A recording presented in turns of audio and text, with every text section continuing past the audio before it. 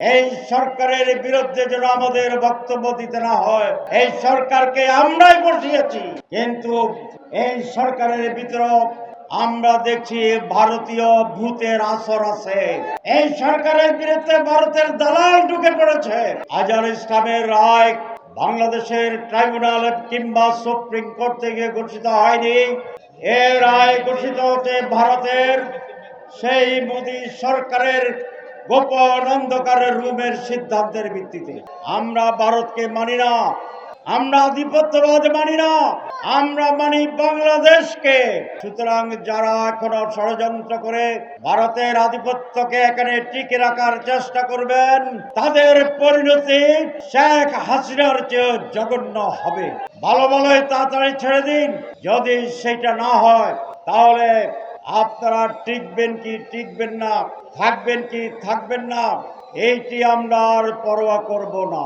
হয় আপনাদেরকেও বিদায় নিতে হবে, অথবা আজহারুল ইসলামকে অবিলম্বে মুক্ত দিতে হবে। আওয়ামী লীগকে খুঁজতে হলে কোথায় যেতে হবে? ইন্ডিয়া। আওয়ামী লীগ কখনো স্বাধীন বাংলাদেশে বিশ্বাস করে নাই। আগরতলার ষড়যন্ত্র আপনারা জানেন।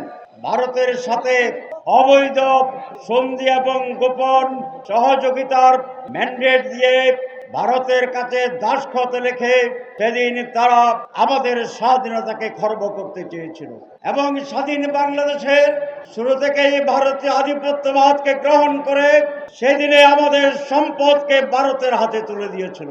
আপনারা জানেন যশোর ক্যান্টনমেন্ট, ঢাকার ক্যান্টনমেন্টের যত সব উন্নত অস্ত্র ছিল, ভারী অস্ত্র ছিল, ভারত সেই 72 সালের শুরুতেই সবকিছু ভারতে নিয়ে গিয়েছিল।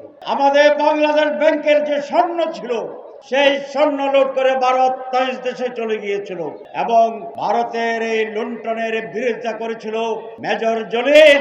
সেই মেজর জলিলকে আওয়ামী লীগ সরকার সেদিন কারাগারে নিক্ষেপ করেছিল অপরাধের কারণে। নিজ দেশের সম্পদে যাতে বিদেশ নাতে না পারে তার বিরুদ্ধে প্রতিরোধ গড়ে তোলা কি অন্যায়?